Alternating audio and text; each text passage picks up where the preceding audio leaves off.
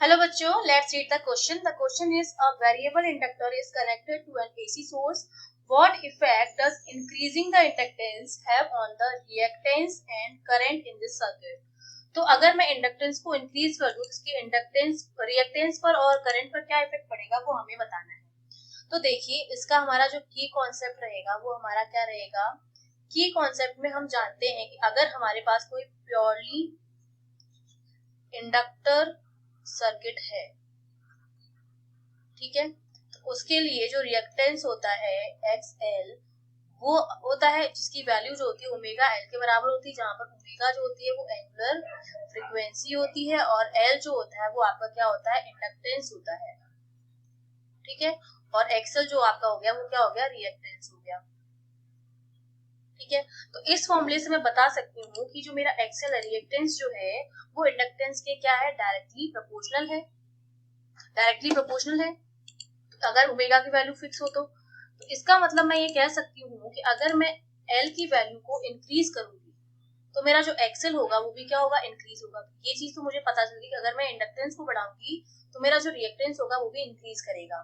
तो देखिए, increase A option में तो नो चेंज आ रहा है, पहली चीज रिएक्टेंस के लिए दे रखी है, दूसरी चीज करंट के लिए दे रखी है, तो ए ऑप्शन गलत हो जाएगा, बी ऑप्शन भी गलत हो जाएगा। अब बचा सी और डी ऑप्शन, क्योंकि सी में भी रिएक्टेंस को इंक्रीज करा रखा है और डी में भी, तो सी या डी ऑप्शन में से एक होगा। अब हमें पता है कि अगर हम जब करंट फ्लो होती है किसी भी इंडक्टर में, ठीक है, तो क्या होता है कि अब हमें पता है कि इंडक्टेंस जो होता है वो बेसिकली क्या करेगा, ब्लॉक करने का काम करेगा करंट को। अगर या मैं कह सकती हूँ कि जो इंडक्टेंस होता है वो करंट की क्या होता है, इनवर्सली प्रोपोर्शनल होता है। जब हम इंडक्टेंस को बढ़ाते हैं तो जो करंट होती है वो मेरी डिक्रीज होती है। या मैं ये कह दूं कि जब मैं करंट को इंक्रीज करती हूँ तो क्या होता है, करंट को इंक्रीज करने पर मैंने क्या किया, इसको इंक्रीज किया तो क्या होता है, एक वोल्टेज ड्रॉप बनता है, ठीक है। इंडक्टेंस में एक वोल्टेज ड्रॉप बनता है जो अपोज करता है करंट की डायरेक्शन का, ठीक है, जो अपोज करता है करंट के फ्लो का, करंट के फ्लो का वो क्या करता है, अपोज करता है, जो एक पावर लोड की तरह काम करता है। इस कंडीशन में हम कहते हैं हमारा जो इंडक्टर है वो क्या हो गया है, चार्ज हो गया है, क्योंकि यहाँ पर क्या होता है कि एनर्जी जो होती है वो क्या हो जाती है, इंक्रीज हो जाती है, जो स्टोर हो जाती है मैग्नेटिक फील्ड के रूप में।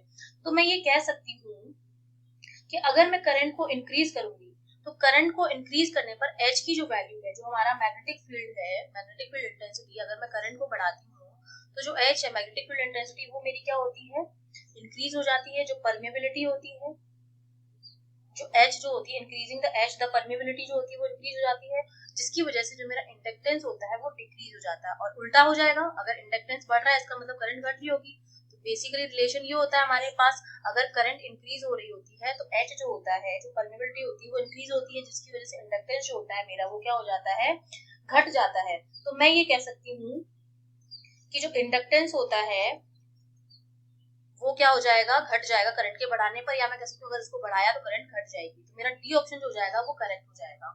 I hope you understood well. All the best.